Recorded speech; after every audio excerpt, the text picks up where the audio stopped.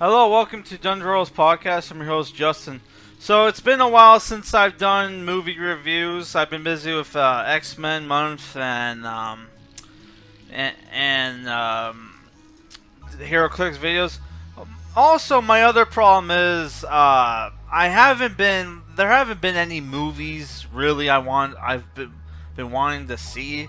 So if you guys have suggestions for movies that you guys want me to watch, let me know in the comments, because I'm having trouble finding movies to watch. So the movie we're going to review is Daniel Isn't Real, which is a 2019 film directed by Adam Egypt Mortimer, who, besides from directing movies, has also written comics, right? So the film stars Miles Robbins, Patrick Schwarzenegger, who is the son of Arnold Schwarzenegger.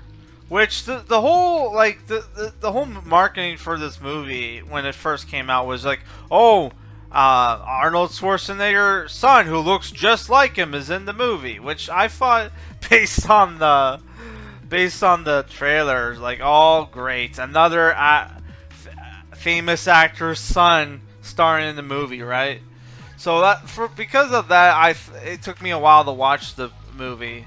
But after hearing about awesome reviews for it on Letterboxd, I finally decided to sit down and watch the movie. And the movie is, by the way, it's like almost 2 hours. It's like an hour and like 40 minutes, right?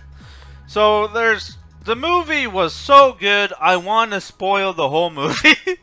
So I'm going to summarize basically what the movie is about. It's basically Fight Club meets Jacob's Ladder meets the gay what's his name, the Gacy film, not Gacy, whatever, the 2013's The Evil Within, that crazy movie made by the junkie billionaire's grandson. So yeah, the movie was really good, man. Well, it's been a while since I've seen a movie like this. So, yeah, if you want to know my rating, read the description for the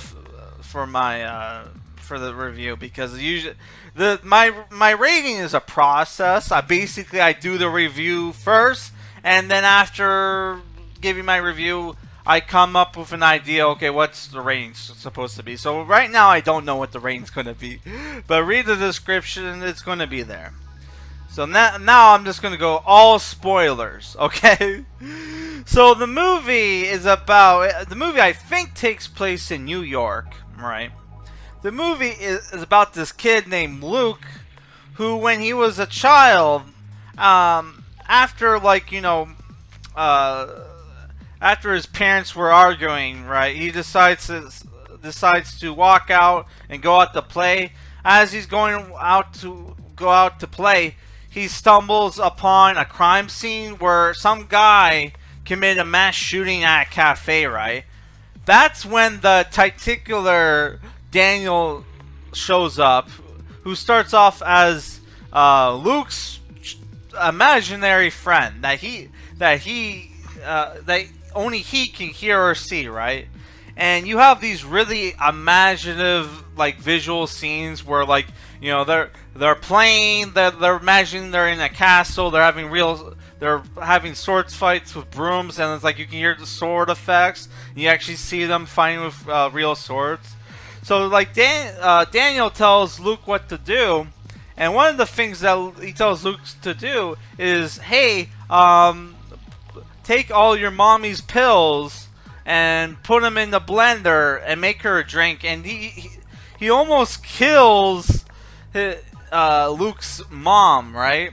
So Luke's mom, who's also crazy, decides, oh, I'm going to have my son lock his imaginary friend in my grandma's old dollhouse, which people are going to compare.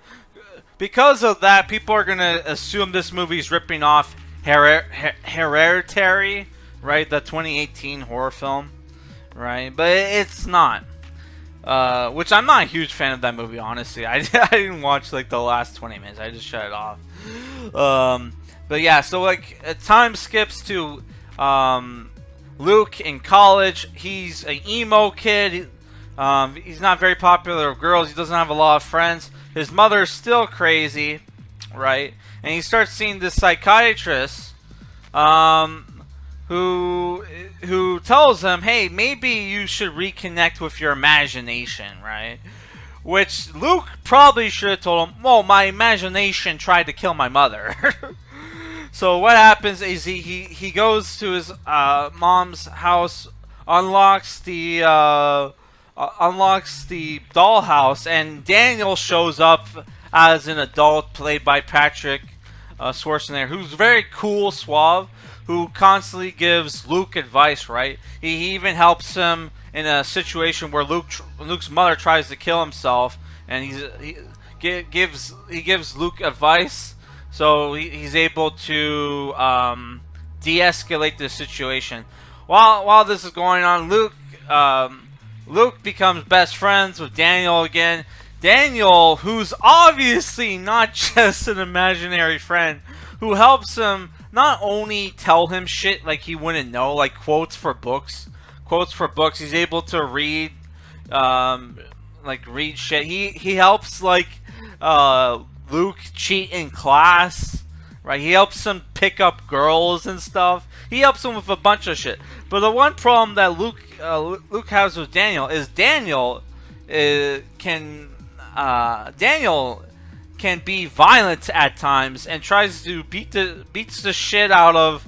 They have this coked out party where 50 minutes in the movie where Daniel takes over Luke's body, has sex with a girl, and beats the shit out of his fucking roommate and gets him thrown out of college, right? And you even have this cool exorcism scene in the movie with the psychiatrist, right? Where the psychiatrist who thinks Daniel isn't real comes face to face with Daniel and gets killed in the movie, to the final climax of the film where Luke is trapped inside the dollhouse and Daniel is controlling his body and is about trying to kill one of his girlfriends in the film. The girl who was in the 2018 Hellboy, right? Played by Sasha Lane, right? So the movie is really cool. Not only do you have decent acting from the main character, right? His acting is not too great, but Patrick does a great job as this demonic entity, like Tyler Durden meets the demonic entity. There's really cool visuals. There's body horror stuff if you're into body horror. The demons, the Jacob's Ladder demonic designs are pretty cool in the film, right? And there's a lot of psychology stuff, mind game stuff, right? If you're into that. But the one problem I have with the film was one of my favorite horror films in the last 10 years or so was 2013's The Evil Within, which does, if you haven't seen The Evil Within, check it out. It's a really cool psychological horror movie. The problem with the movie is it was made by a junkie who was bad with his money. So it took it's very low budgety at times, right? And it took almost a decade to make, to the point where the director died and the producers of the film had to edit it together to make a movie, and it actually is a good job. It did a good job. They did a good job. So the problem with the film is that it's pretty fucking obvious, not even in the beginning of the film, but that Daniel isn't real. Daniel is real, and he's some fucking demonic entity. Where you find out that he's been that he was control, he kind of drives, he attaches himself to people and drives them crazy, and to the point where he's able to possess their bodies and have them go out and do mass murderings, right? And there's even a room inside the dollhouse where like Luke goes in and he sees like this trophy room of all the murder weapons that Daniel has used over the years, right? And you even see Daniel's old host John, who's all warped and stuff, who looks like a monster himself, right? That was really cool. So yeah, but like one of the problems I have with the movie, right, which is the reason why I keep bringing up The Evil Within, is The Evil Within did a good job of riding the line between supernatural horror film and psychological horror movie. Because at first you think it's like a it's like a supernatural horror film, right? But then in the movie, in like The Evil Within, they give you tidbits that, okay, maybe it's not a demon, but like something else, which I don't want to spoil. But if you've seen that movie, you know what I'm talking about, right? Or if you haven't, I can do a spoiler review for people who want to know. But yeah, but here the movie fails as like a psychological horror film because it kind of, right away, okay, there's something wrong with it. That Daniel is obviously fucking obviously some kind of monster, right? Which I'm fine with the movie having the supernatural, feel. And like some people would say it has a cosmic horror kind of feel to it as well, right? Especially with some of the trippy like visuals, right? But yeah, it kind of, that's the problem with the movie, is it kind of has. The movie is a great film, but its writing at times can be a little weak, and it has this very like action-y like ending where like Daniel, Daniel and like Luke have this like sword fight with brooms, which was pretty cool. But it was like, oh man, that kind of like some people would call that lowbrow. I think the problem with this movie is that the movie.